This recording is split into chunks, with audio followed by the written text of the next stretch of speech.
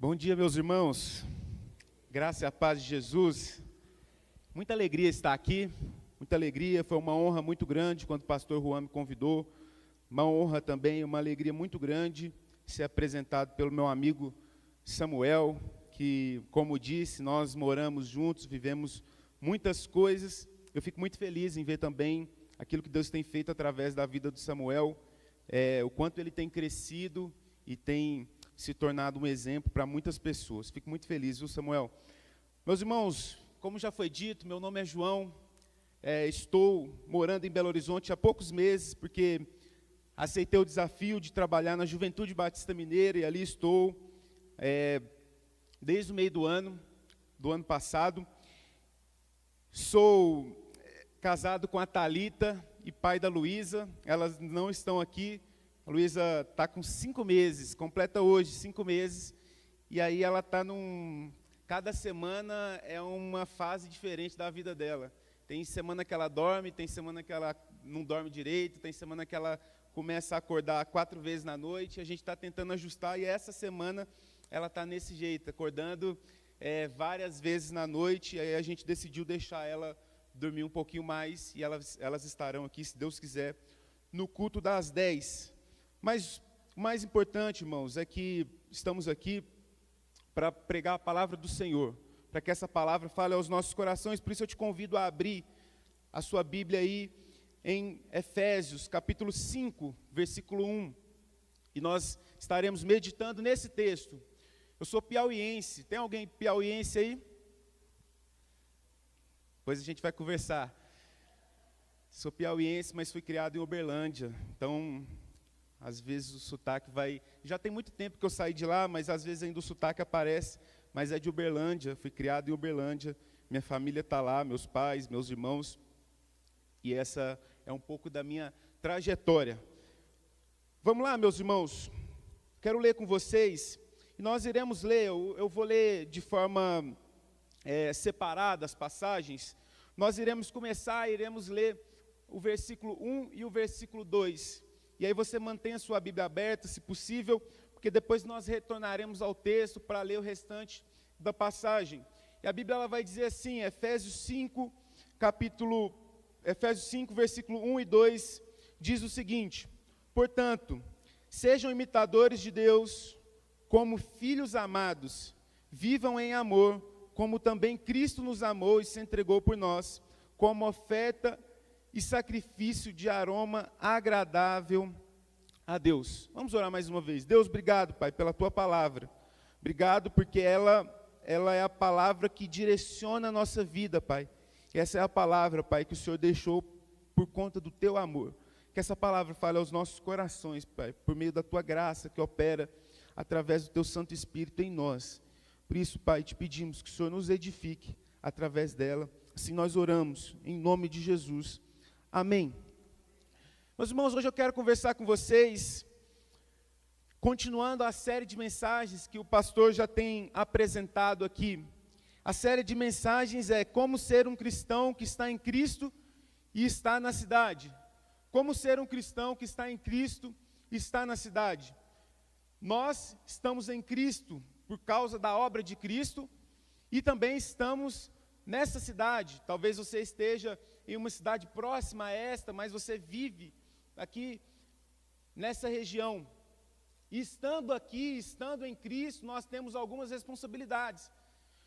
Por alguma razão, Deus nos colocou aqui, nesse local, durante esse tempo, para que, através daquilo que Ele fez em nós pudéssemos sinalizar o reino.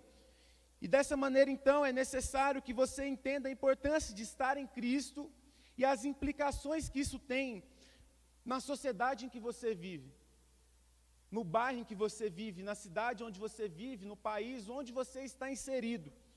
Por isso é importante que a gente entenda isso e busque aplicar essas verdades na nossa vida, e é isso que tentaremos fazer nessa manhã. O título dessa mensagem é Vivendo na Luz como Filhos. Vivendo na Luz como Filhos. E é importante você entender o seguinte, nós acabamos de ler uma carta. A gente leu um simples trecho dessa carta, um pequeno trecho dessa carta. E eu sei que hoje em dia não é mais comum a gente escrever cartas e enviar cartas devido às tecnologias que nós temos. Eu, particularmente, nunca escrevi uma carta, coloquei no correio, colei um selo e enviei para uma pessoa. Lembro dos meus pais fazendo isso, recebendo e enviando cartas, mas isso já tem muitos anos. Eu, particularmente, tenho 30 anos e nunca fiz isso. Então, possivelmente, as pessoas mais novas que eu também não se utilizam desse meio de comunicação, porque nós temos outros hoje. E essa carta que nós estamos lendo, ela precisa ser entendida no gênero literário que ela foi escrita, ela é uma carta. E esse gênero, ele apresenta para nós algumas especificidades importantes. A pessoa, quando ela recebia uma carta, ela não fazia como nós fazemos aqui, que é separar essas passagens. Quando os irmãos de Éfeso receberam essa carta, eles leram isso aqui numa sentada. Eles liam recorrentemente, mas eles liam o conteúdo completo. Isso é importante a gente entender, porque na pregação não tem como eu ler Efésios, pregar sobre a carta de Efésios de forma completa, porque é uma riqueza muito grande. Então a gente vai dividindo para que a gente possa conseguir abordar tudo não, né? Mas grande parte daquilo que Paulo apresenta aqui. E nesse sentido, então, uma das regras de interpretação de uma carta é que quando você vai pregar uma passagem que está numa carta, tente ler toda a carta. E eu estou dizendo isso para que você tenha a compreensão de que toda essa série de mensagens, ela se conecta. Aqui nós não estamos em um bloco isolado. Aqui nós estamos em uma carta onde as pessoas chegavam, elas liam por completo e elas entendiam do início ao fim aquilo que estava sendo apresentado. Uma parte se conecta com a outra. Eles não liam como nós em capítulos, em versículos. Então é importante que você lembre do início da série até chegar nesse momento. E é importante que também após essa mensagem com as outras, você tente conectar e entender o que está acontecendo aqui no enredo maior. E aqui Paulo está fazendo algumas exortações, trazendo alguns alertas para a igreja, e é um texto que muitas vezes é duro, ele está trazendo uma mensagem dura. E aí você pode ouvir ou ler isso aqui e achar que é uma simples lista de proibições, é uma simples lista de proibição que é necessário que nós deixemos de lado para que, de alguma maneira ou outra, você seja aceito por Deus, e essa não é a realidade se você conectar com a carta completa. Por isso a gente precisa entender isso. E aí o texto ele vai nos ensinar algumas marcas importantes de quem faz parte da família de Deus.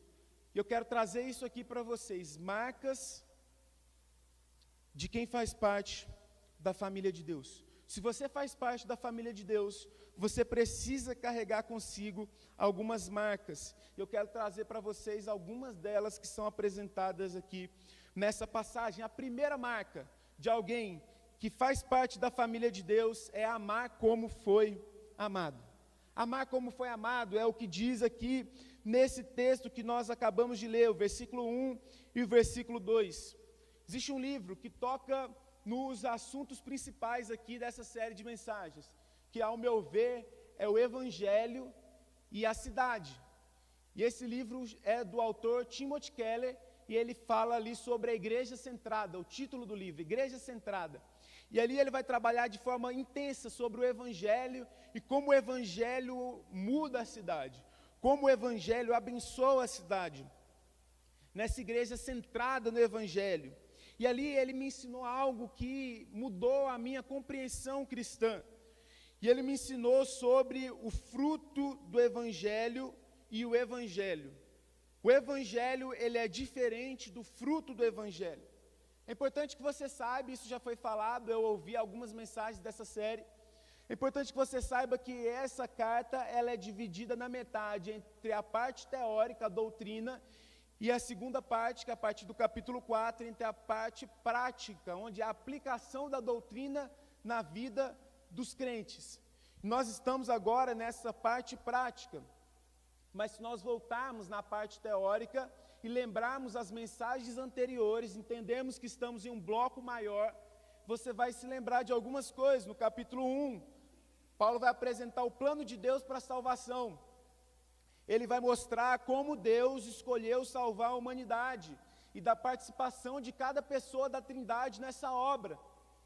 Ele vai mostrar aquilo que o Pai fez, ele vai mostrar aquilo que o Filho fez, e ele vai mostrar aquilo que o Espírito fez. Basicamente, o Pai, ele planejou a obra da salvação. O Filho veio e executou essa obra ao morrer na cruz. E agora o Espírito Santo, ele habita em nossos corações e ele aplica essa obra em nós, para que nós sejamos capazes de viver aquilo que eu vou pregar aqui para vocês. Dessa maneira, então, nós agora com o Espírito, fazendo parte da família de Deus, somos capazes de viver dessa forma. Capítulo 2, Paulo apresenta o Evangelho da forma mais clara possível. Eu acho que ele deve ter falado para aqueles irmãos, aquela expressão que a gente usa, está claro ou quer que desenhe? E aí alguém fez a gracinha e falou, Paulo, desenha. E aí ele vai e escreve o capítulo 2, que é a forma mais cristalina de você entender o Evangelho. Eu estava aqui na igreja quando essa mensagem de Efésios 2 foi pregada. E é o texto clássico que vai falar que a salvação é pela graça, é mediante a fé, que a salvação ela não é por obras, porque se fosse por obras, se você fosse capaz de ser salvo pelas suas boas ações, você ia se gloriar disso, você ia se orgulhar disso, mas a salvação não é por obras, para que ninguém se glorie, porque nós agora, salvos pela graça, mediante a fé, por causa da obra de Cristo, somos feituras de Deus, somos uma obra que Deus está fazendo, para as boas obras que Ele de antemão preparou para que nós a praticássemos. Então, meus irmãos, vocês não foram salvos porque vocês são bonzinhos, vocês foram salvos porque Deus é muito gracioso, Ele é infinitamente gracioso e Ele pela graça nos salvou. A gente merecia o inferno, mas Deus pela graça nos oferece o céu. Nós merecíamos condenação, mas por causa do Cristo que foi crucificado, nós somos salvos. E aí isso é apresentado de forma evidente no capítulo 2. E aí eu salto agora para o capítulo 4, mensagem da semana passada, onde apresenta então a unidade dos crentes. Vocês são um. Apesar das inúmeras diferenças que vocês têm, por causa de algo maior que nos une, que é uma só fé, um só Senhor, um só Deus, um só batismo. Isso é comum a todos nós. E a diferença agora que vai ter entre nós é a diferença dos dons, porque o mesmo Deus que nos chamou distribuiu dons diferentes para a igreja. E agora então, entendendo a unidade, a importância da unidade, Paulo começa a trazer algumas exortações. E é nesse bloco que nós estamos. Ele começa isso no capítulo 4, mas nós vamos a partir do capítulo 5. E ele vai falar então sobre a primeira marca de alguém que faz parte da família de Deus. E a primeira marca, meus irmãos, é amar como foi amado. Ele vai dizer que nós devemos amar as pessoas agora, como nós fomos amados por Deus. Isso gera para nós um desafio muito grande, que agora o nosso padrão é o próprio Deus. Nós devemos ser imitadores de Deus e devemos amar como fomos amados. E dessa forma, então, nós podemos aplicar isso de duas maneiras. A amabilidade. Você precisa ser uma pessoa amável. Agora, qual que é o grande problema disso? O grande problema é que esse amor, ele não é dispensado às pessoas que são amáveis com você apenas.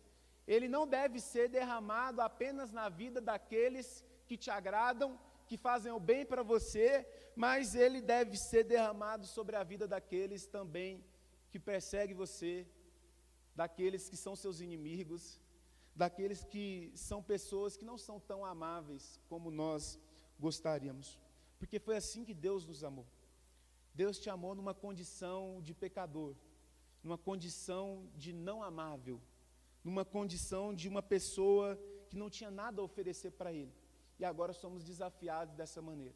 Se você sair aqui por esse portão, você vai encontrar diversos moradores de rua, pessoas que não merecem o seu amor, pessoas que estão nessa situação por diversas razões, não cabe a nós tentar entender, mas pessoas que não merecem o seu amor, não fizeram nada a você para que você as amasse, mas que pessoas que são alvos do amor de Deus e devem ser alvos do nosso amor, porque nós devemos amar até aqueles que são rejeitados na sociedade, até aqueles que são rejeitados na cidade, até aqueles que são excluídos por muitas vezes não serem pessoas amáveis. Nosso desafio então é amar como o Senhor amou. E a segunda aplicação disso seria o perdão. Muitas vezes nós carregamos mágoas no nosso coração, pela nossa incapacidade de entender o Evangelho de Cristo e aplicar o Evangelho de Cristo. Entenda, o Evangelho é aquilo que Jesus fez, aquilo que Deus fez. O Evangelho não diz sobre nada com que você fez, mas a aplicação do Evangelho são as obras que nós fazemos depois que nós fomos salvos. Uma vez que você é salvo, o Evangelho ele se aplica na sua vida e existe agora uma forma correta de viver. E o perdão, então, agora é essa característica dos filhos de Deus. Eles são perdoadores, porque eles foram perdoados com grande perdão. Ninguém é capaz de te ofender mais do que você ofendeu a Deus. E se Deus foi capaz de te amar, Ele te convida a ser imitador dEle, para que você também ame e perdoe as pessoas que te ofendem. Por isso, sejamos imitadores de Deus, amemos como fomos amados, sejamos amáveis e sejamos perdoadores. Esse é o nosso primeiro desafio. A segunda marca é a marca da santidade. Ele vai trazer algumas listas de pecado. Eu trago aqui 3 blocos de pecado que ele traz. O primeiro grupo de pecados é o pecado do sexo. E aqui ele cita diversos pecados. Eu quero continuar aqui então a leitura com você, porque ele vai dizer o seguinte, a partir do versículo 3, Efésios 5:3, que a imoralidade sexual e toda impureza ou avareza não seja sequer mencionada entre vocês como convém aos santos. Não usem linguagem grosseiras, não digam coisas tolas nem indecentes, pois isso não convém. Pelo contrário, digam palavras de ações de graças. Fiquem sabendo disso. Nenhuma pessoa imoral, impura ou avarenta, porque a nenhuma pessoa imoral, impura ou avarenta, porque a avareza é idolatria, tem herança no reino de Cristo e de Deus. Agora ele lista aqui alguns pecados. O primeiro grupo de pecado que ele vai mencionar é na área da sexualidade.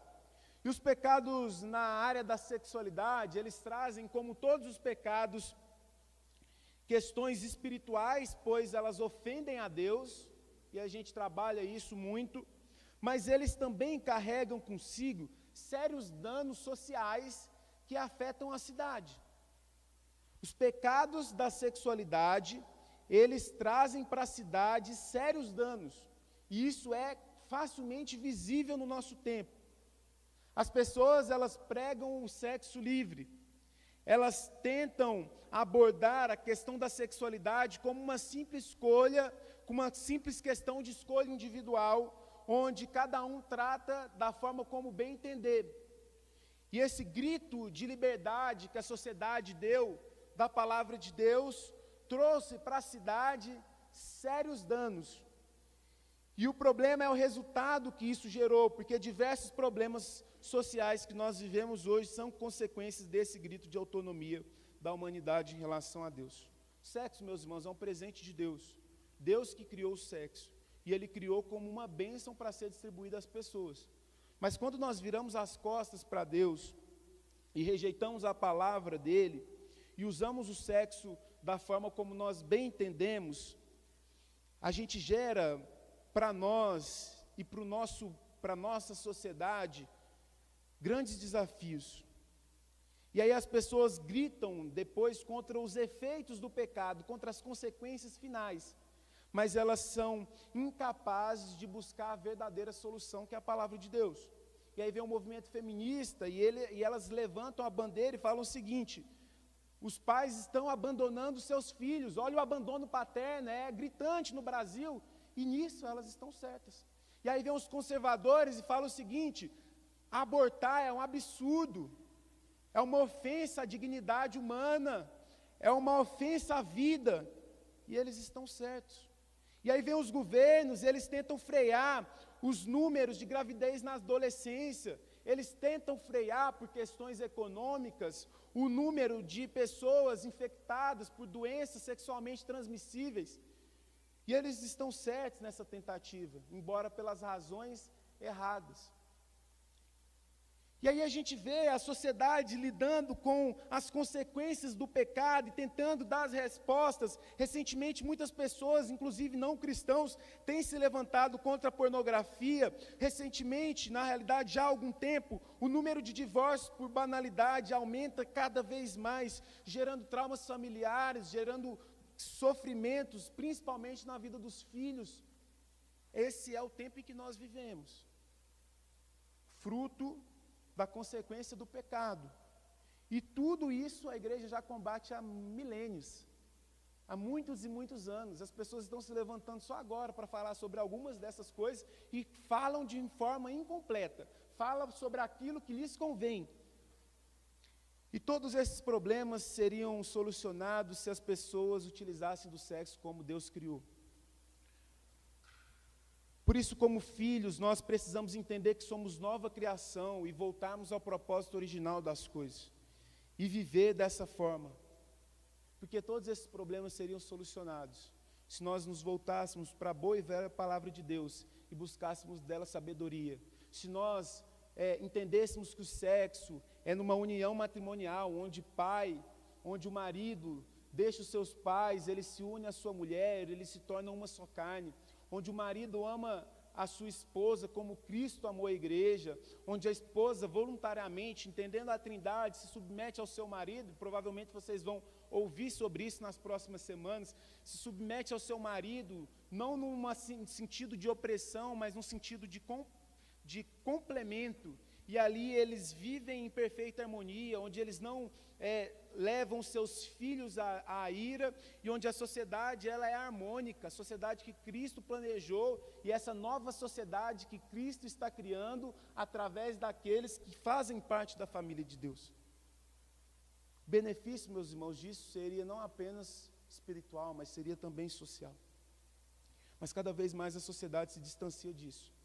Cabe a nós, como um ato de resistência, mostrarmos para esse povo que vive nas trevas como que é a luz de Jesus, como que uma família se comporta, como que um marido ama sua mulher, como que uma esposa ama seu marido, como que os pais cuidam dos seus filhos.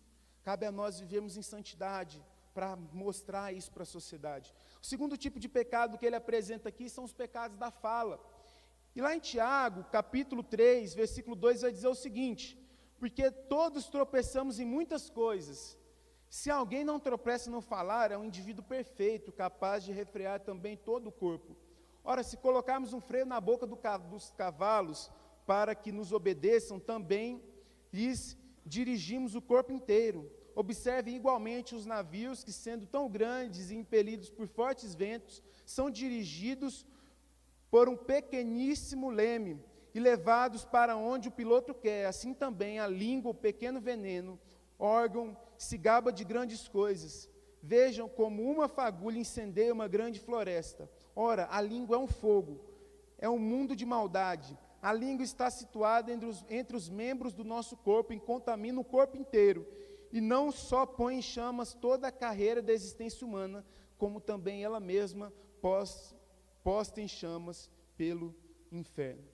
Aqui talvez seja o principal pecado dos crentes, o pecado da língua. É aquele pecado que nós geralmente não conseguimos tirar da nossa vida e muitas vezes nem entendemos que estamos pecando. E não é à toa que Tiago traz essas palavras tão duras. E esse pecado aqui geralmente gera para nós muitos escândalos, vergonhas que desonram o nome de Cristo. E Paulo aqui, no versículo 4, ele vai trazer algumas alertas para a gente. Primeiro, evitar linguagem grosseira. Sabe o que a linguagem grosseira mostra para a gente? Que nós estamos com falta de domínio próprio. Você é incapaz de se dominar. Você é incapaz de dominar as coisas que você fala, e você lança suas palavras que saem destruindo aí as pessoas que vão ouvindo. Ele fala para a gente evitar linguagens ou coisas tolas.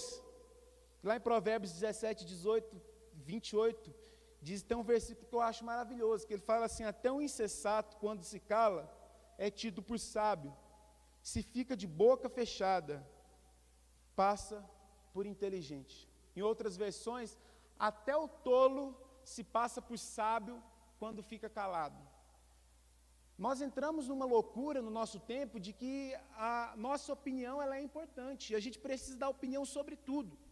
E aí nessa loucura a gente tem desonrado o nome de Deus, falando coisas tolas por aí.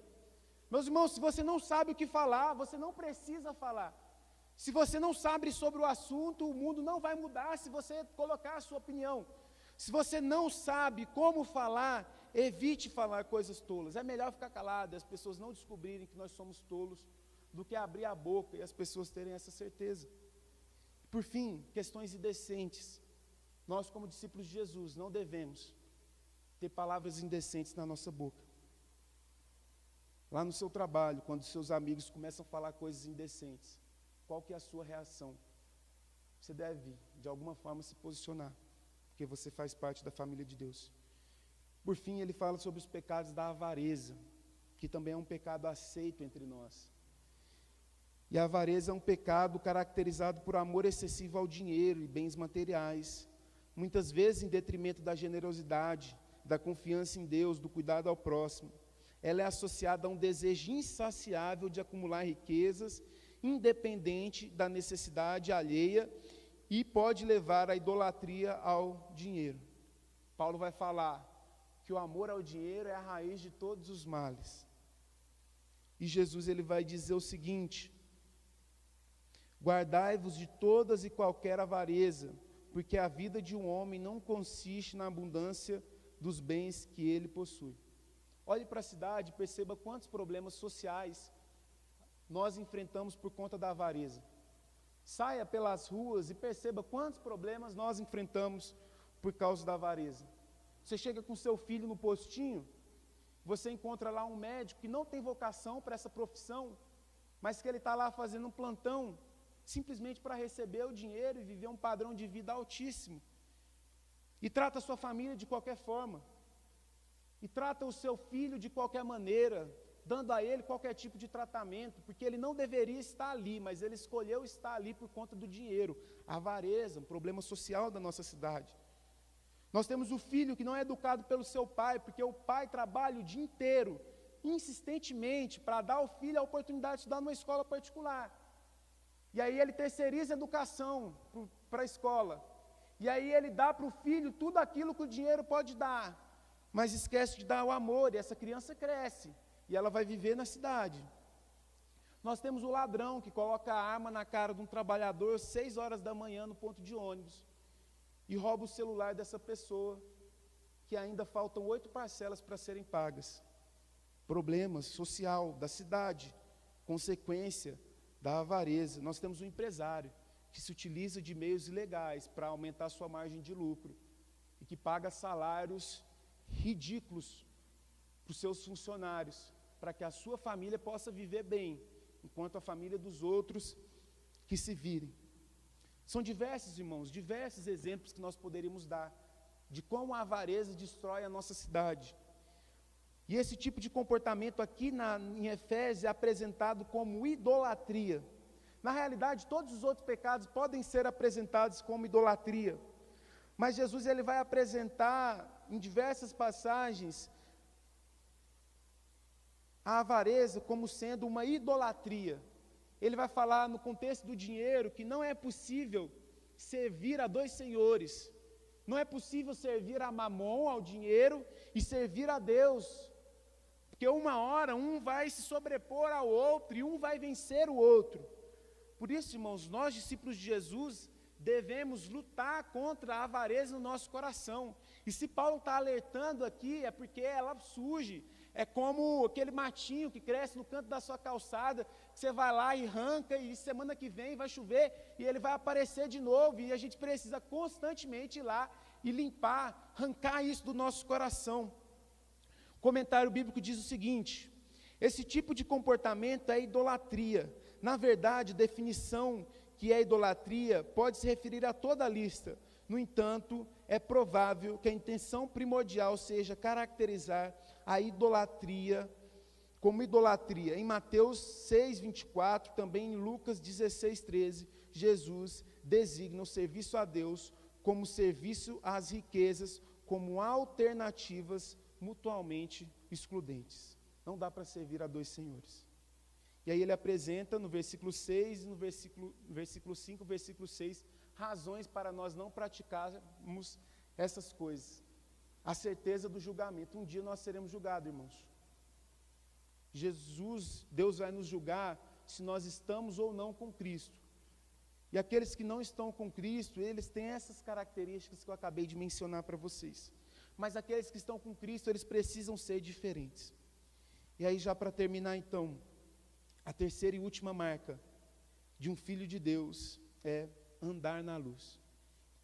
E aí eu quero ler o restante da passagem com vocês e concluir. Porque a palavra de Deus, a partir do versículo 7, do capítulo 5, vai dizer o seguinte: portanto, não participem daquilo que eles fazem, porque no passado vocês eram trevas, mas agora são luz no Senhor. Vivam como filhos da luz, porque o fruto da luz consiste em toda bondade, justiça e verdade, tratando de descobrir o que é agradável ao Senhor. E não sejam cúmplices nas obras infrutíferas das trevas, pelo contrário, tratem de reprová-las, pois aquilo que eles fazem em segredo é vergonhoso até de mencionar. Mas todas as coisas, quando são reprovadas pela luz, tornam-se manifestas, porque tudo que se manifesta é luz. Por isso é que se diz: desperte você que está dormindo, levante-se dentre os mortos, e Cristo o iluminará. Desperte vocês que estão dormindo, levante-se dentre os mortos, e Cristo os iluminará. É com essa passagem, meus irmãos, que eu quero encerrar. É com esse versículo que eu quero deixar um alerta, um sinal amarelo para nós. Porque, meus irmãos, eu estou partindo do pressuposto de que todos que estão aqui são salvos. Mas mesmo sendo salvos, nós podemos viver como os filhos das trevas. Olha que loucura. E aqui não diz que nós perderemos a nossa salvação. Eu não estou falando aqui, se você viver como os filhos das trevas, Deus vai tirar a sua salvação, porque Ele não olhou as suas obras na hora de entregar isso para você. Mas, se nós fomos salvos pela graça, se um dia nós estávamos mortos nos nossos delitos e pecados, e pela graça nós fomos salvos, por que nós iremos voltar para a vida anterior? Se anteriormente nós vivíamos nas trevas, e nós somos apresentados ao reino da luz, por qual razão então nós viveremos novamente nas trevas? E existe a possibilidade, irmãos, de nós estarmos vivendo como os filhos das trevas, e deixando de viver como os filhos da luz. Que as características das nossas vidas não seja uma vida sexual desenfreada, não seja uma vida avarenta, não sejam sobre pessoas que falam e são incapazes de controlar a sua própria língua, mas que nós sejamos reconhecidos por bondade, por justiça, por verdade, que a gente busque descobrir o que é agradável ao Senhor, e que a gente se esforce para aplicar essas coisas agradáveis.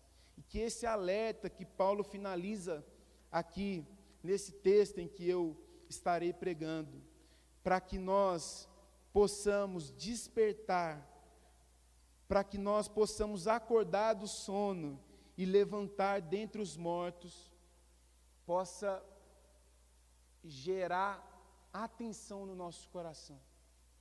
Desperte você que está dormindo. Levante-se dentre os mortos. Lembra de Efésios 2, quando ele apresenta a má notícia, falava que a gente estava mortos nos nossos delitos e pecados. Desperte você que está dormindo. Levante-se dentre os mortos e Cristo iluminará vocês. Diz que nós somos luz no Senhor, ou seja, uma obra de Cristo em nós. E nós somos agora filhos da luz. Por isso você precisa tomar uma decisão radical. Se você é filho de Deus, você precisa tomar essa decisão radical. Decisão radical de amar como você foi amado. Decisão radical de viver em santidade. E decisão radical de viver na luz. Nosso desafio como discípulos de Jesus é vivermos na luz. Entendendo que essa luz nos alcançou e que essa luz ela quer iluminar essa cidade. Essa cidade ela vive nas trevas, sem esperança, ansiosa pelos filhos da luz que vão trazer a luz de Cristo para abençoar essas pessoas. Que Cristo possa assim nos abençoar, que Cristo possa assim brilhar em nós e que esse brilho alcance tantos outros, assim como nós também um dia fomos alcançados por Deus. Nós fazemos parte da família de Deus, meus irmãos. Isso é uma bênção grande demais, porque a gente não merecia. E aqueles que fazem parte da família de Deus vivem de determinadas formas, e eles também carregam consigo algumas ordenanças. Uma das ordenanças que nós temos é que nós devemos nos batizar, que nós devemos também, juntos, celebrarmos a ceia do Senhor, que nós devemos, de vez em quando, relembrarmos o sacrifício de Jesus e lembrarmos aquilo que Ele fez por nós. Sabe por quê? Porque quando nós nos lembramos daquilo que Cristo fez por nós, nós somos expostos à realidade que nós não conseguimos retribuir. E aí nós nos lembramos, é pela graça. É pela graça. Nós não conseguimos retribuir aquilo que foi ofertado a nós ali na cruz do Calvário. Mas nós nos relembramos do sacrifício de Jesus. E analisamos a nossa vida. Jogamos luz ao nosso coração. E percebemos que ainda existem muitos pecados que precisam ser excluídos de nós, separados de nós, abandonados por nós. E o momento então da ceia do Senhor é essa festa. Essa festa onde nós nos relembramos daquilo que Cristo fez por nós.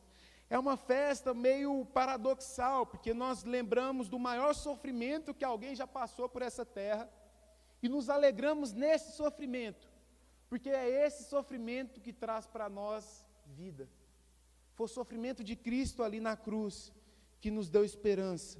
Foi o sofrimento de Jesus ali na cruz, o sangue dele derramado, que trouxe vida para você. Senão até hoje você estaria morto em seus delitos e pecados. Nós nos relembramos do sacrifício de Jesus. Faremos isso agora. Queria saber se todos aqueles que estão aptos para a ceia, estar apto para a ceia é ser batizado, estar em comunhão com a sua igreja. Queria saber se todos receberam o cálice, receberam o pão, porque se você não recebeu ainda, levante uma de suas mãos que a equipe da igreja ela vai estar entregando para você, ela vai estar fazendo chegar até você. Nós estamos nessa festa, irmãos, é uma festa, a ceia do Senhor é uma festa, é esse banquete da graça de Deus, onde nós nos lembramos daquilo que Cristo fez. Eu queria que você então colocasse na sua mente esse sacrifício. Queria que você agora, se possível, fechasse seus olhos e pudesse se lembrar daquilo que foi feito por você. Aqui, meus irmãos, nada do que eu preguei, eu entendo que você será capaz de viver na força do seu braço. Nada do que foi pregado aqui nesta manhã se aplica a descrentes, mas se aplica somente àqueles que têm o Espírito Santo. Somente aqueles que têm o Espírito Santo têm a capacidade de abandonar a avareza, têm a capacidade de controlar seu próprio corpo, controlar sua própria língua. Se lembre do sacrifício de Jesus e agradeça nesse momento por aquilo que Ele fez por você. Agradeça por essa obra tão preciosa que um dia nos alcançou. Agradeça porque a mensagem do Evangelho um dia foi pregada a você e os seus olhos se abriram.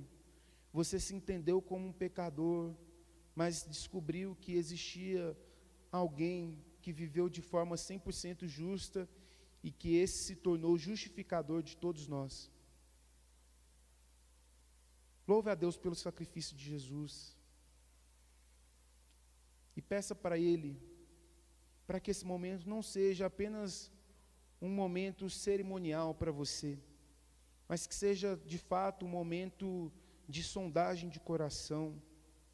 Peça para o Senhor jogar a luz no seu coração e revelar aquilo que precisa ser retirado da sua vida, quais são os pecados.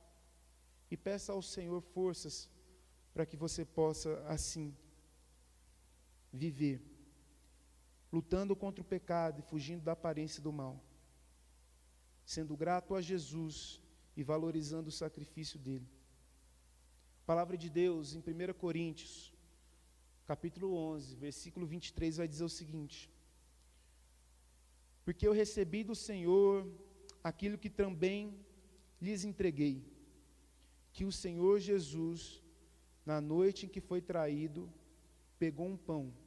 Queria que você pegasse aí o pão.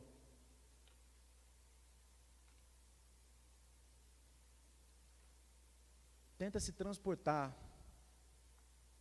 para esse momento aqui. Jesus, na noite em que foi traído, ao lado daquele que o trairia, ele pegou um pão. E tendo dado graças, ele partiu e disse: esse é o meu corpo dado por vocês. Façam isso em memória de mim. Você vai pegar esse pão que está na sua mão, esse pão que representa o corpo de Cristo. Isso aqui não é o corpo de Cristo, meus irmãos. Isso aqui nos faz lembrar do corpo de Cristo. Da carne de Cristo que foi esmagada, da carne de Cristo que foi rasgada pelos chicotes do Império Romano, por você. Pegue esse pão, dê graças a Deus, coma esse pão e se lembre do sacrifício de Jesus.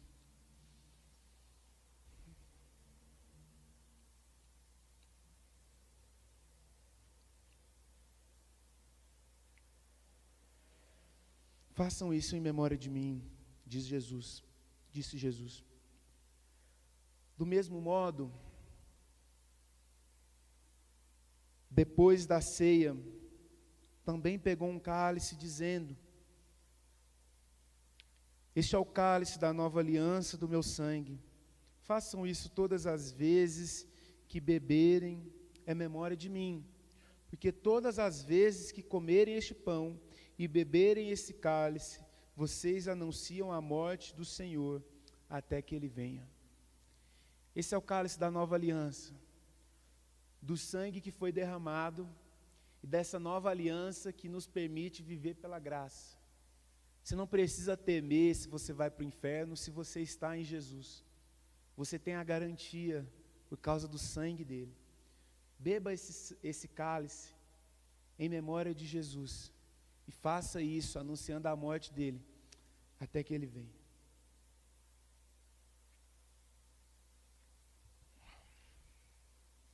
Senhor, nós te louvamos, Pai, pela tua graça. Te louvamos, Pai, pelo teu sacrifício. A tua bondade, ela se derramou, Pai, da forma mais visível que poderíamos ter. A forma mais visível que os nossos olhos poderiam enxergar foi quando teu filho, Pai, se entregou por nós. A expressão máxima do teu amor, teu filho crucificado, com sangue derramado, em favor de muitos, Pai, em favor de nós. favor de pessoas que não mereciam. Pessoas assim como eu, pessoas assim como esses que estão aqui sentados. Pai, nós não merecemos nada da parte do Senhor, a não ser a condenação. Mas pela graça, Pai, o Senhor enviou o seu filho, seu único filho. Pela graça, Pai, esse filho caminhou em direção ao madeiro, Pai, morreu por nós. Isso ressignificou completamente a nossa vida, Pai. Pai, que agora a nossa vida então seja para testemunhar daquilo que foi feito por nós. Que a gente possa, Pai, honrar o sacrifício do Senhor. Que a gente possa, Pai, viver de uma forma digna do Evangelho de Jesus. Que nós, Pai, como filhos, possamos viver na luz, para a glória do Senhor. É que nós oramos. Amém. Amém. Essa palavra possa encontrar morada no nosso coração.